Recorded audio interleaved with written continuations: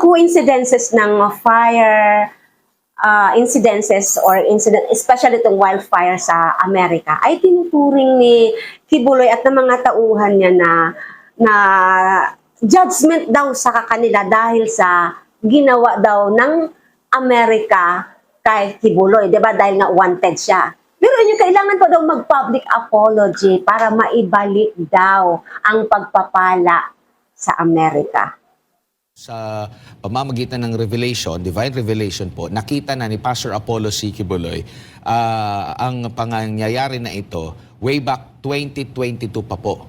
Sabi nga niya sa kanyang preaching na inere last August 2023 that America is burning po, mga kababayan. At nakikita niya na itong judgment na ito'y may kaugnayan doon sa injustices na nangyari po sa kay Pastor Apollo C. Kibuloy matapos po siyang akusahan ng mga gawa-gawang mga kwento. Biruin mo, ginawa pa siyang wanted na mas kumbaga ka-level pa sa mga terorista. Pero ang solusyon dito, partner, magkaroon ng public apology, balik ang dangal at ang pangalan ng KOJC ni Pastor Apollo C. Kibuloy at tanggalin ang mga kasong yan at makabalik siyang mangaral muli para magpatuloy ang mga pagpapala ng dakilang Ama sa bansang nasusunog.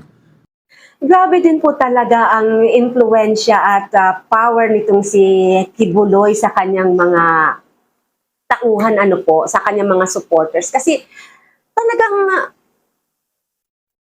to the maximum level yung maximum level yung suporta sa kanya, And naalala niyo yung sunog sa Amerika, yung wildfire, at saka mayroon pang nangyari sa California, may isa pa, basta yung isang battery storage company na malaki ay nasunog din. So, nagkasunod-sunod yung sunog sa Amerika ngayon, yung nakaraang mga araw, At itong mga supporter ni Kibuloy, sinasabi nila na dapat daw mag-public apology ang Amerika kay Kibuloy para daw maibalik yung pagpapala ng Panginoon sa US. Di ba?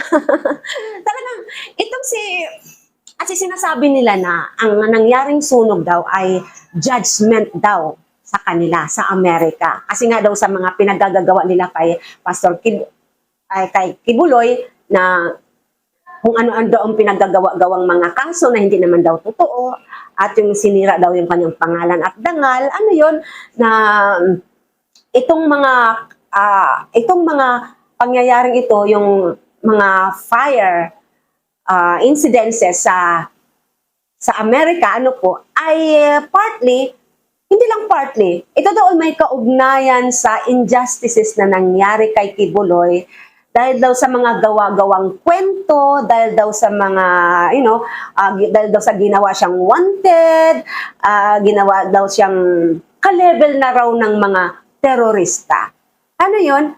Diba, dami niya kasing kaso sa Amerika. Wanted po talaga siya at hindi siya pwedeng makapunta doon dahil sa mga pinagagagawa niyang hindi maganda. At pinabubulaanan nitong mga tauhan niya. Hindi ko sila maintindihan. Ano kayang involved dito? Na itong self-proclaimed Son of God, ang dami na talagang bula ang propeta ngayon. Isa na itong si Kibuloy. At marami pa, alam niyo naman yan, napapanood niyo, di ba? Yung mga nangyari dito. Rin sa Pilipinas mismo, yung nasa bundok. Hindi ko na maalala. Basta maraming mga self-proclaimed Son of God dito na sila daw talaga yung itinalaga, sila daw talaga yung tagapagligtas, sila daw talaga yung anak ng Diyos. So, katulad ditong si Kibuloy, may vlog din ako dyan nung nakaraan. Hanapin nyo na lang po sa aking timeline, sa aking channel. Maraming mga videos. Makikita nyo yung kay Kibuloy na self-proclaimed talaga siya. Biruin nyo yun, talagang pinapalabas nila na ito daw ay nakita na raw ni Kibuloy noong 2020 years ago, no? To 2025 ngayon, 5 years ago, 2020 daw nangyari na ipinroclaim na daw ni Kibuloy na nakakita na daw siya ng apoy na susunog sa Amerika. And coincidentally, nangyari nga ngayon, di ba? Na nagkasunog at kiniklaim niya yun na siya ay nakita na niya yun at isa siyang propeta. My goodness. My goodness. Propeta ng ano ba? Propeta na maraming ginawang kahalayan? Propeta ng maraming kaso? Ayan po ba ang propeta? O propeta ng kalukuhan at kasamaan? My goodness. Mag-isip-isip po tayo, malapit na talaga ang mundo kasi maraming mga bulaang propeta na maraming nabubulag, maraming napapaniwala. Magbasa po kayo ng Bible. Kung wala kayong Bible, dahil talaga namang may kamahalan na rin ang mga Bibles ngayon, mayroon naman pong libreng app sa online. I-download nyo lang at magkakaroon na kayo ng Bible. Magbasa po kayo. Huwag kayong umasa lang sa mga itinuturo ng pastors nyo, sa mga itinuturo ng mga elders, mga itinuturo ng pare. Huwag kayong basta naniniwala. Mag-research po kayo kasi if you are really in God, in Christ, the Holy Spirit is dwelling in you. At ang Holy Spirit po ang magtuturo at maggagabay sa inyo ng pagtutuklas ng katotohanan.